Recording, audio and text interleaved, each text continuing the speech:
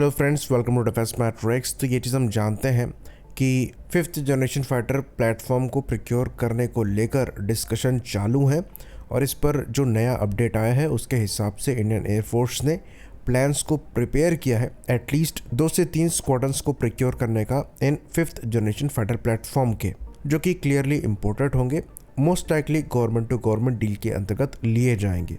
और क्योंकि स्क्वाड्रन संख्या खाली 2 से 3 है तो ये एज अ स्टॉप गैप लिए जाएंगे। नंबर्स यहाँ पर 40 से 60 एयरक्राफ्ट के हो सकते हैं क्योंकि एक स्क्वाड्रन में 18 से 20 एयरक्राफ्ट आते हैं। तो इंडियन एयरफोर्स ने एक डिटेल्ड प्रेजेंटेशन जो है ये गवर्नमेंट ऑफ इंडिया के सामने रखी, जहाँ पर ये बताया गया कि फिफ्थ जनरेशन फाइटर प्लेटफॉर्म की रिक्वायरमेंट इंडियन एयरफोर्स को है अपने एडवर्सरीज पर एज मेंटेन करने के लिए। इवन डिफेंस सेक्रेटरी द्वारा भी ये बात कई बार कही गई है कि इसको लेकर इनफॉर्मल डिस्कशन भी चल रहे हैं। तो ये एक नो ब्रेनर चीज़ है कि हमें एक फिफ्थ जनरेशन फाइटर प्लेटफॉर्म चाहिए। आपको पता है कि एक फिफ्थ जनरेशन फाइटर प्लेटफॉर्म किस तरीके की कैपेबिलिटी आपको प्रोवाइड कराता है और उसके अगेंस्ट में आपको किस तरीके के काउंटर चाहिए। तो फिलहाल फिफ्थ जनरेशन फाइटर प्लेटफॉर्म जो कैपेबिलिटी प्रोवाइड कराता है वो काफ़ी ज़्यादा क्रूशल है। ये अपनी लो विजिबिलिटी की वजह से जो टारगेट है उसके ज़्यादा क्लोज आ सकता है और इसीलिए उनके अगेंस्ट ही ज़्यादा डेंजरस हो जाता है। तो प्रॉपर काउंटर इसके अगेंस्ट में आपके पास लॉन्ग रेंज में नहीं है। आप VHF रेडार्स को यूज़ कर सकते हैं इनको आइडेंटिफाई करने के लिए, लेकिन वहाँ पर प्रिसाइज लोकेशन पता नहीं लगती है और आप फायरिंग सॉल्यूशंस भी नहीं प्रोवाइड करा सकते।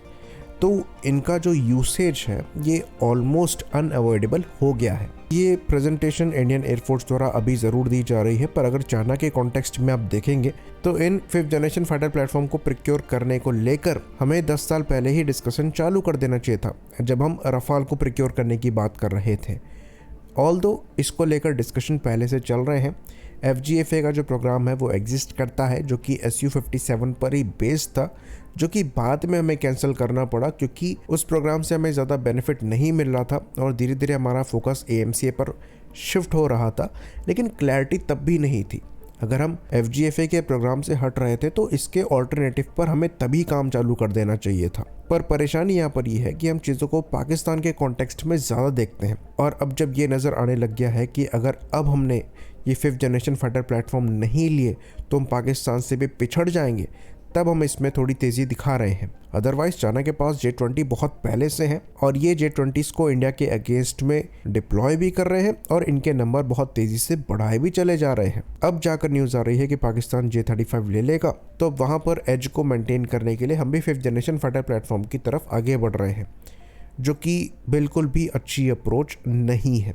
तो हमारी अप्रोच प्रोएक्टिव होनी चाहिए, जिसके लिए क्लैरिटी बहुत ज़्यादा ज़रूरी है। क्या हमारे पास है, क्या हमें इतने समय पर मिल पाएगा और क्या हमें अभी लेना चाहिए, इसको लेकर क्लैरिटी बहुत ज़्यादा ज़रूरी है।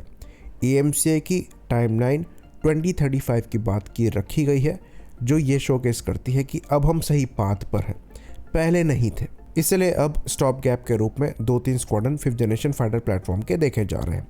अगेन यहाँ पर नंबर कम है तो ये direct government to government deal के अंतर्गत प्रोक्योरमेंट हो सकता है, जिसकी वजह से डायरेक्ट डिस्कशन है अमेरिका के साथ, जो कि F-35 को ऑफिशियली ऑफर कर रहा है, और रशिया के साथ, जो कि SU-57 के एक्सपोर्ट वेरिएंट को ऑफर कर रहा है। तो ये चीज़ हमें यहाँ पर समझनी पड़ेगी कि लिमिटेड कैपेबिलिटी हमें यहाँ पर इस प्रोक्योरमेंट से मिलने वाली है क्योंकि नंबर्स बहुत ज़्यादा नहीं है। तो जिस लेवल पर कस्टमाइजेशन हम एक्सपेक्ट कर रहे हैं वो यहाँ पर ज़्यादा नहीं मिलेगा। साथ में जो लोकल प्रोडक्शन को लेकर कई जगहों पर चर्चा चल रही है उसका सवाल ही नहीं उठता। ज़्यादा से ज़्यादा आपके रिक्वायरमेंट के हिसाब से इंडिया स्पेसिफिक एनहांसमेंट यहाँ पर किए जा सकते हैं और वो भी रशिया की साइड से एक्सपेक्ट किया जा सकता है, अमेरिका की साइड से मुश्किल है क्योंकि F-35 को लेकर खाली इजराइल ही एक एक्सेप्शन रहा है। बाकी कंट्रीज़ को लेकर अमेरिका ने बहुत लिबर्टी इन प्लेटफॉर्म के साथ नहीं दी है। तो गवर्नमेंट ऑफ इंडिया ने फिलहाल यहाँ पर कोई डिसीजन नहीं बनाया है, लेकिन अब ज़्यादा समय यहाँ पर वेस्ट करने का बचा भी नहीं है। J-35 की बात करें तो J-35 अब ऑफिशियली ऐसे इंडिकेशन मिल रहे हैं कि पीपल लिबरेशन आर्मी एयरफोर्स और पीपल लिबरेशन आर्मी नेवी को ज्वाइन कर चुका है। तो पाकिस्तान एयरफोर्स को भी ये बहुत जल्द मिल सकता है। ऑल्दो पाकिस्तान द्वारा इस चीज़ को लेकर बैक ट्रैक किया जा रहा है, पर चाइना पाकिस्तान के बीच में चीज़ों का भरोसा नहीं है। अभी यहाँ पर चीज़ों को लेकर बैक चेक किया जा रहा है, कल को वो ये प्लेटफॉर्म पाकिस्तान को प्रोवाइड करा भी सकते हैं। तो पाकिस्तान से तो कम से कम आप कैपेबिलिटी वाइज पीछे नहीं रहना चाहेंगे और इसलिए इन प्लेटफॉर्म को लेकर डिस्कशन में तेज़ी आई है। तो गवर्नमेंट ऑफ इंडिया को बहुत जल्दी इस पर डिसीजन लेना पड़ेगा, क्योंकि अगर आप एक बार डिसीजन ले लेंगे उसके बाद भी ऑर्डर साइन होते होते कम से कम 1 से 2 साल का समय लगेगा और एयरक्राफ्ट को आते आते कॉन्ट्रैक्ट साइनिंग के बाद कम से कम 3 साल का समय लगेगा। तो एटलीस्ट 5 साल का समय आपको यहाँ पर इन प्लेटफॉर्म्स को प्रिक्योर करने में लगेगा, जो कि हो सकता है पाकिस्तान द्वारा वेस्ट ना किया जाए 5th जनरेशन फाइटर प्लेटफॉर्म को प्रिक्योर करने में। तो हमारे पास बहुत ज़्यादा समय नहीं है। एक चीज़ यहाँ पर जो अच्छी है वो ये है, क्योंकि यहाँ पर गवर्नमेंट टू गवर्नमेंट डील हो सकती है और ऑप्शन ज़्यादा नहीं है, तो ये जो प्रोसेस चलता है कंपटीशन का और एक्सटेंडेड इवैल्यूएशन का, वो नहीं खींचने वाला है। पर फिर भी अगर आप आज से इस पर काम करना स्टार्ट करेंगे तो 5 साल आपको लगे जाएंगे और 2030 से पहले ये प्लेटफॉर्म आपको नहीं मिलेंगे। अगर आप F-35 के साथ जाते हैं तो वहाँ पर बैकलॉग्स हैं, दूसरे ऑर्डर्स भी पूरे करने हैं और जो रिक्वायर्ड प्रोडक्शन रेट है वो रीच नहीं हुआ है, तो डिले वहाँ पर वैसे ही है। अगर आप Su-57 के साथ आगे जाते हैं, अगेन रशियन एयरफोर्स के ऑर्डर्स भी अभी तक पूरे नहीं हुए हैं, उस एयरक्राफ्ट का डेवलपमेंट अभी भी चल रहा है, तो वहाँ भी समय लग सकता है। दोनों केसेस में आपको तुरंत कोई प्लेटफॉर्म नहीं मिलने वाला है।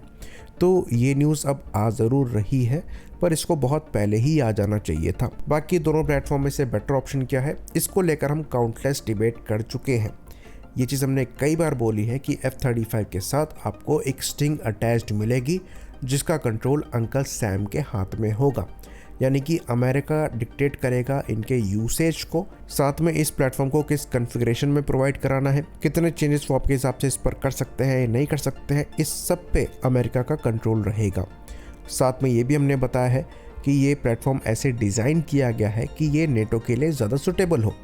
कई इन्फॉर्मेशन और डेटा ये ऐसा कलेक्ट करता है जो कि हमारे लिए सिक्योरिटी ब्रीच हो सकता है, पर नेटो के लिए वो एक पॉजिटिव एंगल की तरह काम करता है, जैसे कि मिशन डेटा फाइल्स की शेयरिंग और सेविंग। वहीं पर Su-57 की बात करें तो Su-57 को लेकर अभी भी डेवलपमेंट चल रहा है।